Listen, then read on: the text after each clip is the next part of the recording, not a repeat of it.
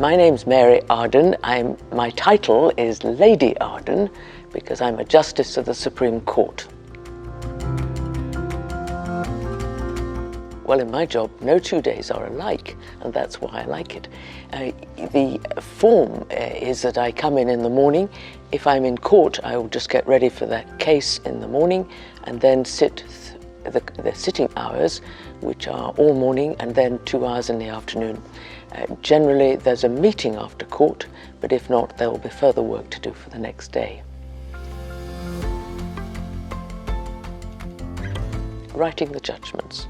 I very much enjoy putting the analysis of the case down onto paper and really trying to take the law forward, to contextualize it, because I think the law has to keep up to date.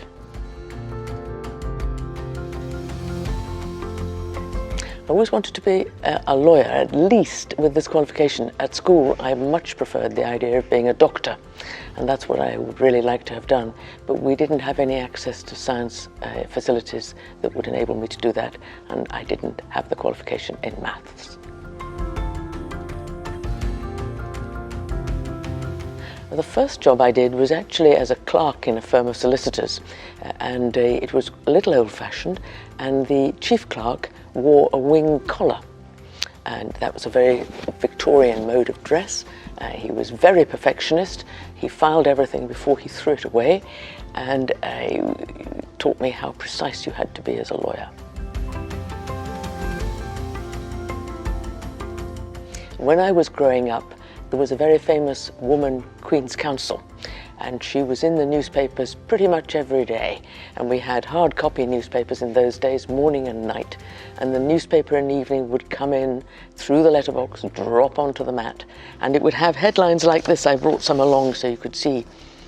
One word, and Rose QC saves the killer. A hush fell in the courtroom.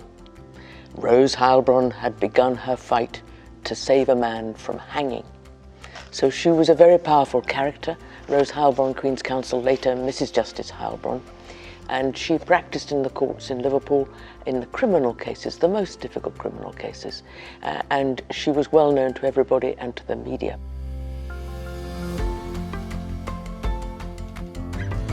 I think probably the key moment is going to university, because that's an important step. You've branched out from school where you're nurtured and you know pretty much what you're going to have to do and to study. But once you get to university, you become much more independent, and it's up to you then to decide whether this is the subject which suits you.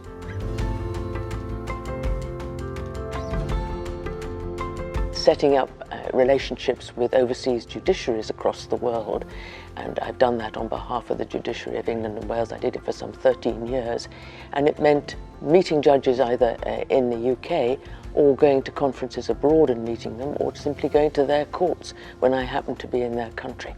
And that was always mind expanding, because you got to see what the problems were in another part of the world.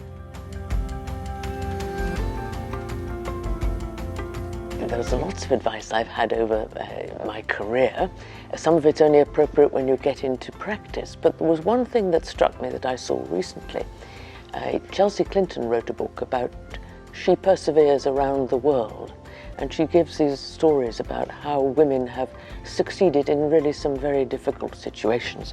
And at the end she says that her book is for everyone who has aimed high and been told to step down, for everyone who's ever raised their voice, and so on. And then she says, and this is her advice which I adopt, speak up, rise up, and dream big.